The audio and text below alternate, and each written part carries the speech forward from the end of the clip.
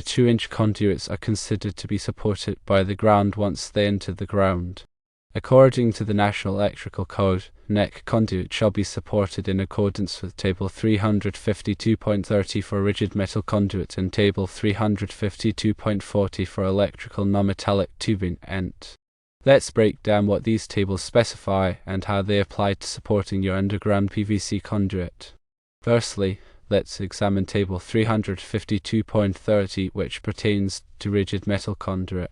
This table dictates that rigid metal conduit shall be securely supported and fastened within 3 feet of each outlet box, junction box, and termination. This close proximity support ensures that the conduit is stable and prevents stress in the connections. Secondly, Table 352.30 also indicates that conduit shall be supported and fastened at intervals not exceeding 10 feet and at least every 10 feet on straight runs. This requirement maintains the conduit's structural integrity along its length, preventing sagging or displacement. Now let's consider Table 352.40, which addresses electrical non-metallic tubing (ENT). Table 352.40 states that ENT shall be securely supported and fastened within 3 feet of each outlet box, junction box, and termination. Similar to rigid metal conduit, this close support is crucial for stability.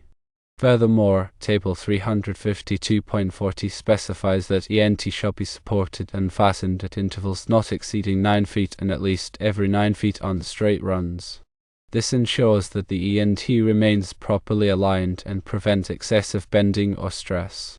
In your specific scenario, the conduits will be supported by the strut within 3 feet of the outlet box.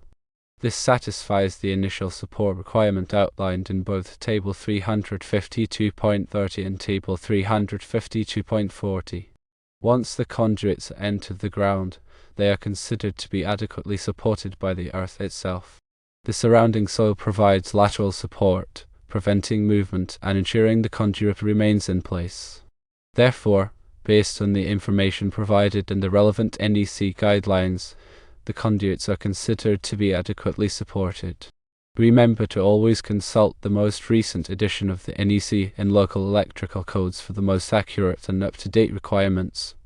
Furthermore, consider the specific soil conditions and potential environmental factors when installing underground conduit. In areas with unstable soil or significant ground movement, additional support measures may be necessary. Always prioritize safety and adhere to best practices when working with electrical systems. Proper conduit support is essential for maintaining the integrity and reliability of electrical installations. Understanding the NEC requirements and applying them correctly ensures a safe and compliant installation.